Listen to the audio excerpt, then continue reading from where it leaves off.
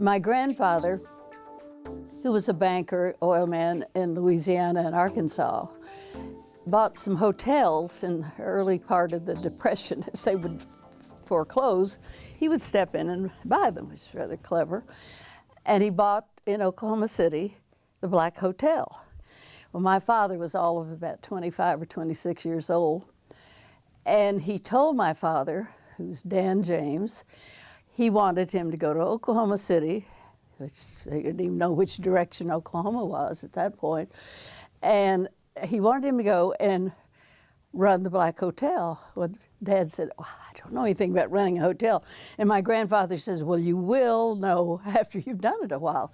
So he took the two little children, I think I was all of 3, and we moved to Oklahoma City, and we moved into the Black Hotel. And after a few months, after it had all been done, we lived in the penthouse, the very top of the Black Hotel. And if you think that wasn't fun, I went to Wilson School, which is close. I was on about 22nd Street, and all my friends loved to visit because at the penthouse of the Black, up on the top, we had a play yard. We had a little sand pile back there, and all we had to do was go out into the play yard, and I guess that would have been about the 14th floor or whatever. And there I grew up as a child, overlooking the city. My grandmother gave me a little hen one time and forgot to clip its wings, and I took it out there, held it up, and the little hen flew out over Oklahoma City, and oh no. But it was a fun place to grow up because at that time the basement of the hotel was not even finished, and so that's where I learned to skate, in the basement of the Black Hotel. And we just skate all over the place. We'd get in the laundry baskets and push each other around. Also, whenever I wanted anything, all I had to do was pick up the phone and order something. And one time when I was pretty little, but I said I would like us whatever. And I said to the person on the other end, and step on it. I guess I'd seen it in a movie, I don't know. I think that's the only spanking I ever got in my entire life. You don't talk like that. You say, please. So I have fond memories of the Black and living in the penthouse. And then when I was, oh, I don't know, maybe 7 or 8, we moved to 17th Street. So I grew up in Heritage Hills. So I've never really been very far away from downtown, because when I married, I lived in Heritage Hills on 15th Street. But that was my experience at the Black, and my father was a born hotel man. It was just in his genes. He put in the first really beautiful restaurant in Oklahoma City, and it was in the Black Hotel, and he called it the Empire Room, and it was so elegant, and the town hadn't seen anything like that. And he put a place in the basement where I learned to skate. It was called, what was it called? The Silver Lounge. So that was one of the first places downtown for people to go. And then the next thing in line with the hotels was when he bought the Skirvin. So that was another kind of adventure, but that was a little bit later. I was probably maybe 19 or 20 when he bought the Skirvin. And Skirvin was in pretty bad shape when he bought it. So Dad went in, as I said, this just incredible hotel man, and he did all the air conditioning, did all the rooms over and the bathrooms, and turned it into a really, really lovely hotel. And it just kept making it better and better, and added a big ballroom. So my wedding, I was married at St. Paul's Cathedral, and our big reception was at the Skirvin. And so I have great memories of the Skirvin too, but I was older then. But Dad was, he just knew the right things to do to make his whatever hotel he was involved in, to turn it into the best possible. and I liked watching him do that. There was so much going on at the Skirvin because the Skirvin Tower, when Dad had it, was a part of the Skirvin, and that's the big building across the street. And a lot of people don't know, and it's still there, there's a tunnel joining the two buildings. And so in the Skirvin Tower, he put in this really wonderful, it was called the Tower Club. And it was, maybe say tower, but it was down below. And it was the place to go. When Dad put his mind to it and established something, he made it the thing to do. And so that was, he was always adding something on and making it better. So he, as I say, that I just grew up watching my father operate those hotels and admiring the way he did it and enjoying the fruits of his labor. We all did, the whole town did. I had known him. He was a couple of years older, but he went to Exeter Prep School in New Hampshire from the time he was 13. Then he went on to Yale, so he really hadn't been around Oklahoma City very much. And I think he'd graduated almost by the time I went to Smith. But during the war, he was a cryptographer, a code clerk, code whatever, breaking codes. All I know is he was the best at crossword puzzle I could possibly imagine. He could work the daily one in the Oklahoman on the first cup of coffee, and he could do the New York Times one in short order. And he said, well, I should be able to. That was my job during the war. Anyway, I knew him, but not that well. And then after he was assigned in the State Department to go to Moscow, and he was there over a year, which he loved the experience. And he was a cryptographer with the State Department. But we'd become sort of friends, but then when he came back from Russia, we became real friends, and were married subsequently, not too long after he returned from Moscow. Frank Hightower had an incredible knowledge and taste. He was born with perfect taste and had traveled a lot, and he just had great knowledge. And it bothered him that people had thought they had to go to New York or Dallas to find the fine china or the silver crystal that they wanted. And therefore, he took the first floor of the Hightower building, which had been owned by his grandfather and named for the children, the Hightower. And he put in this most remarkable, beautiful store imaginable. And all the people remember it there's hardly a day goes by that someone doesn't say to me, oh, I miss that beautiful building and beautiful store.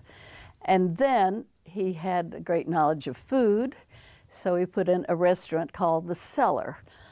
And once again, it was just at the top as far as beauty, wonderful food.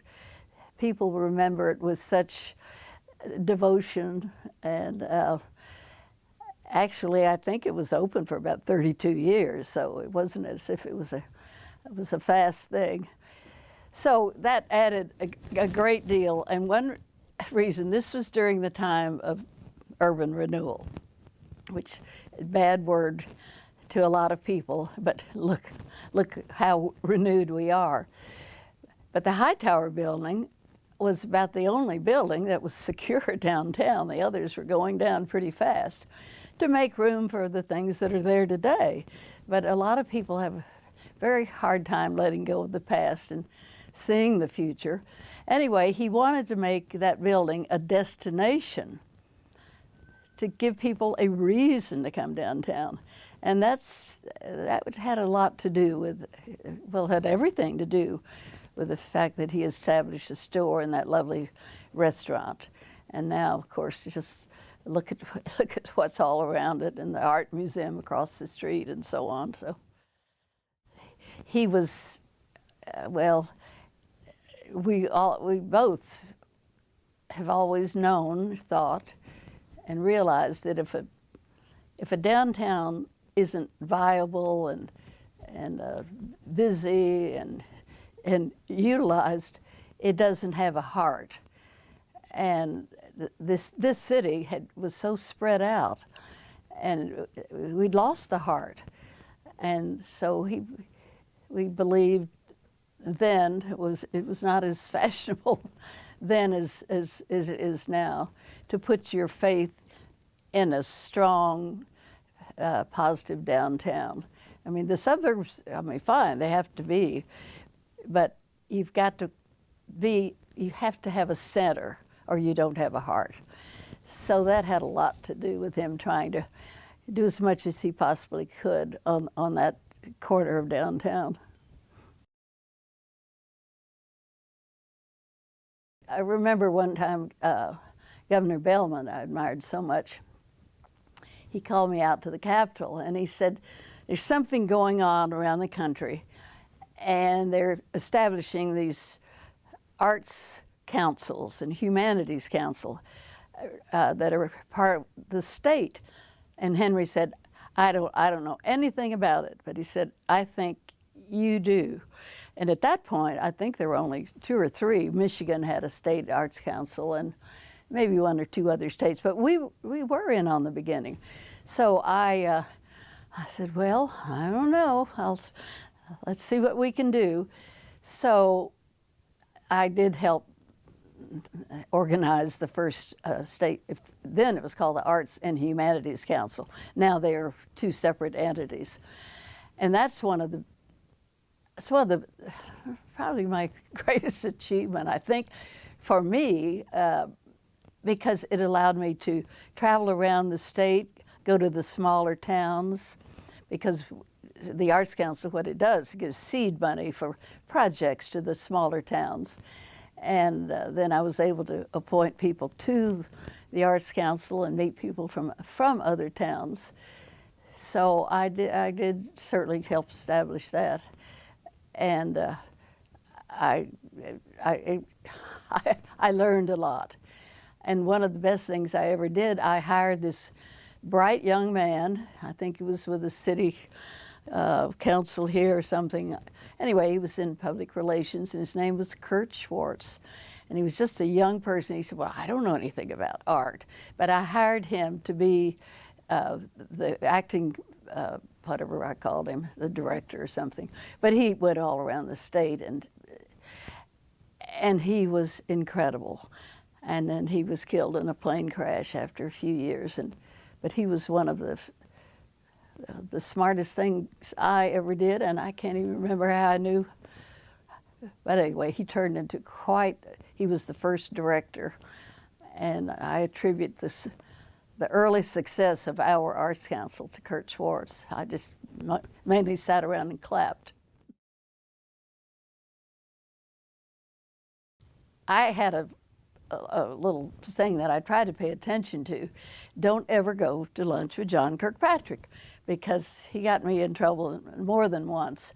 Well, he called one day, he wanted to go to lunch, and I thought, oh, well, I was actually curious. He said, it's very important.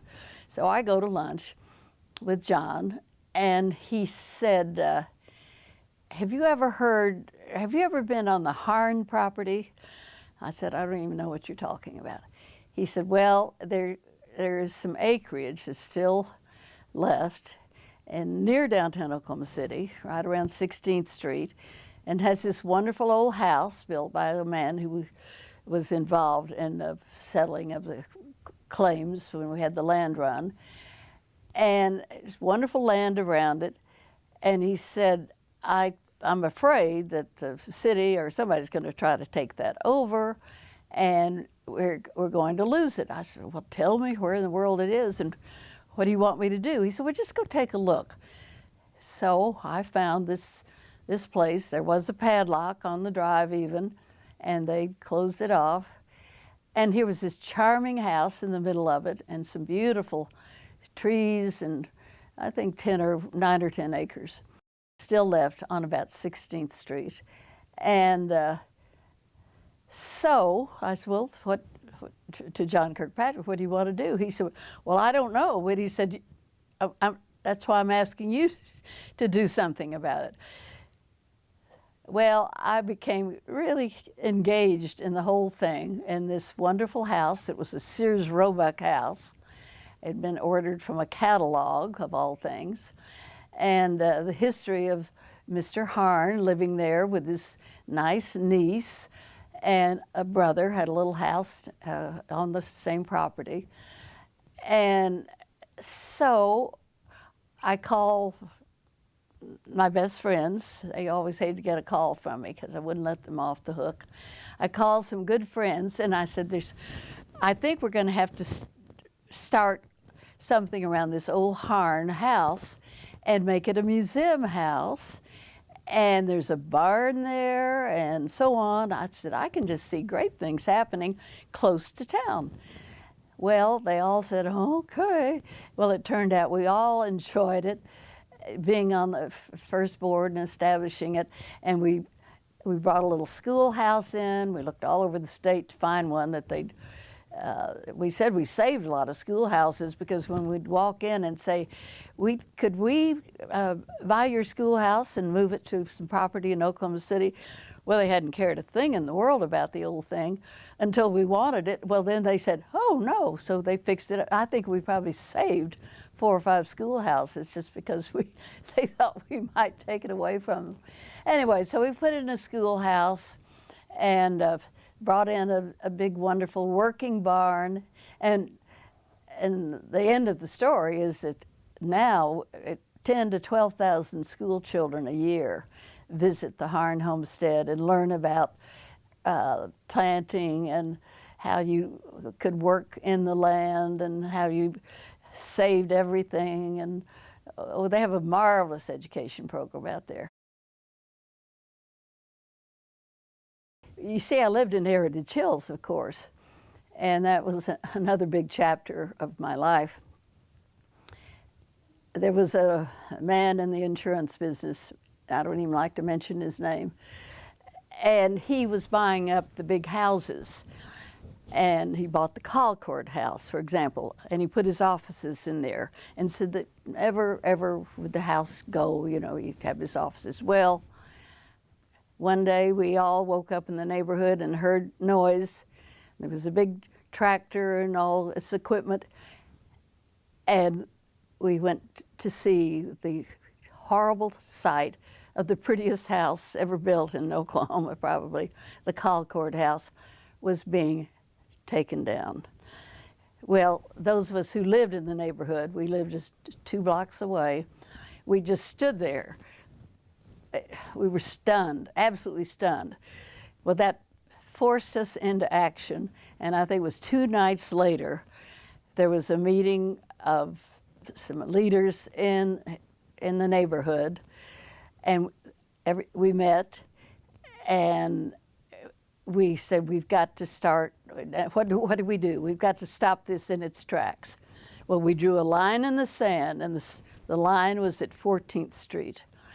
And fortunately, George Shirk was mayor, and he led us through all of the complications of starting a historic preservation neighborhood with all kinds of rules. Therefore, you couldn't turn the big houses into boarding houses, and you couldn't do there were so many rules. So out of bad, good things often come. But that's what led us into the making Heritage Hills a historic preservation neighborhood. And we named it Heritage Hills. And that stopped the flight of people in the houses going to Nichols Hills or Crown Heights or somewhere when they realized those houses had to be preserved, taken care of, and there's so many rules. So we saved the neighborhood. We lost the Colcord house, we lost 14th Street. Well, actually 14th Street still stands. We lost 13th Street of the pretty houses. But we literally did draw a line in the sand. And now there are preservation districts all over the place. So it works, but you can't stand by and complain. You've got to jump in and figure out solutions. I have a great passion, and always have, for flowers and landscaping and horticulture and so on. And I love to plant, love to grow things. And also, uh, when we decided that we needed to do something in the middle of town, we have that 17 acres there, and this all happened in the urban renewal time. We needed, it was a long time coming, and a long time investigating the things that we could do and make a park in the center of town, or an open space for people to enjoy. And people, a lot of them thought it was just awful that we were going to just dig a lake. And they said, well, it's just going to be a place for the bums to swim and so on. So many people did not believe in the fact that we thought we would put in a botanical gardens in the middle of town in a park-like setting and build it over a lake, because we have this very high water table downtown, which a lot of people know. And I cannot tell you the people who didn't believe it. I still have people come up to me and said, I didn't believe in it. I just thought it was terrible and tearing down all. And I said, well, now you know, and you're forgiven. But we did raise the money, and then we came onto hard times in Oklahoma City. About that was, so a lot of that money didn't come through. But nevertheless, we managed to build the wonderful Crystal Bridge, as we call it. Some call it the Tube. And now, I mean, the growth of that is, you could write tomes. And thanks to Larry Nichols, who gave us all of the TIF money, which should have gone to his project, he gave it all to the Myriad Gardens. And so we had about $30 million to spend on enlarging it and getting in bigger staff. And now, anyone who hasn't been down there lately, you better go fast, because now there's the marvelous restaurant, we have the ice skating rink, activities that are fabulous. The children's area is just swarming with children. And we even have a dog park, and the great lawn where people who live downtown can come and check out equipment for badminton and bowls and all the games. We are Oklahoma City's play yard, and the downtown people are just using it more and more. You can go by and see pickup basketball games, or it's such a joy. But it's had, and it's Dean McGee, that, as most people do know, who was one of the great backers of establishing the gardens downtown.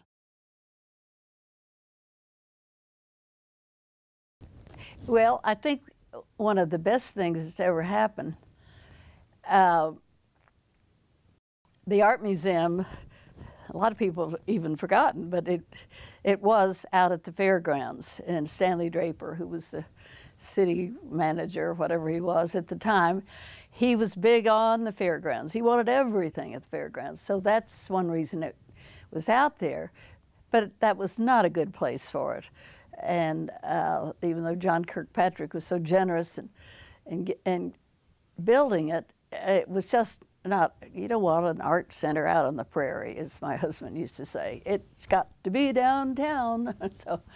So that dream came true, and the nice thing about it, it's directly across the street from the Hightower building.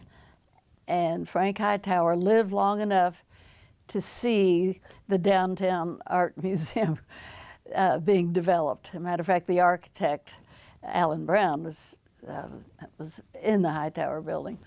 So I think that's one of the best things that ever happened, is to get the art museum there. And then, of course, it's just almost redundant, and everybody knows what kicked off the whole downtown revival was MAPS 1. So we can thank the city council, we can thank the mayor, we can thank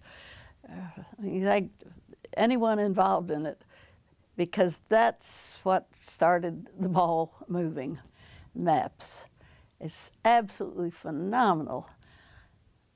how that has transpired with beautiful leadership and overseeing. I think it was Ed Barth who was in charge of overseeing the various projects and be sure they were on track and the money was being used appropriately. Everything about it was just heaven sent. And then along comes a really, the mayors that we've been blessed with and have believed in maps and the growth of the city. We've just been so fortunate, but these things don't just happen. I mean, smart people began to become involved in downtown and people who really cared about the future. I always have to laugh at these people say, oh, I miss the old Main Street. Well, now come on. They were not pretty buildings on Main Street. They were pretty fronts, maybe. I think of Kerr's, which was one of the lovely stores downtown, but it had a nice front. With the backs of the buildings were just big old brick boxes. And then, of course, the streetcar came down. That was fun. But if you live long enough, the circle will go around and looks like we're going to have streetcars again. But when I was a little girl, I rode the streetcar. So much fun. You'd go to the end of the town and they'd go to the back of the streetcar and push the seats back the other way and back you'd come. Sometimes we did it just for fun. And now here comes, we're going to have streetcars. So that's the nice thing about living a long time and watching the growth. But I've never had much patience with people who are always trying to look back and think it was better then than now, instead of, my goodness, we're going to have a miniature golf course at Bricktown. Now, come on, isn't that fun? Woo. Oh, we have so many people to be thankful for. Old Man River, as we called him, who was, how anyone dreamed up the river. I think that's the most incredible thing maybe that's happened, that we have a river and rowing downtown. Can you imagine? So the city's just been magical the way it's grown, with no landscape, no mountains, no beautiful lakes. It's a good old flat land, and look what people have done with it. It's been such a life full of lots of experiences, and one of the things is just don't say no. If something comes up, would you help on this? I usually would say, well, if you think I can help, and it would turn out to be another adventure down another street. And then I always tried to take advantage of what came my way, and the children, they've picked up these things that I say, and they call them BB-isms. And one of them has always been, always take the cookies when they're passed. That adventure might not come around again, or that experience might, well, anyway, so they've always laughed about it. They said, well, you better do it. You know what BB says, take the cookies when they're passed.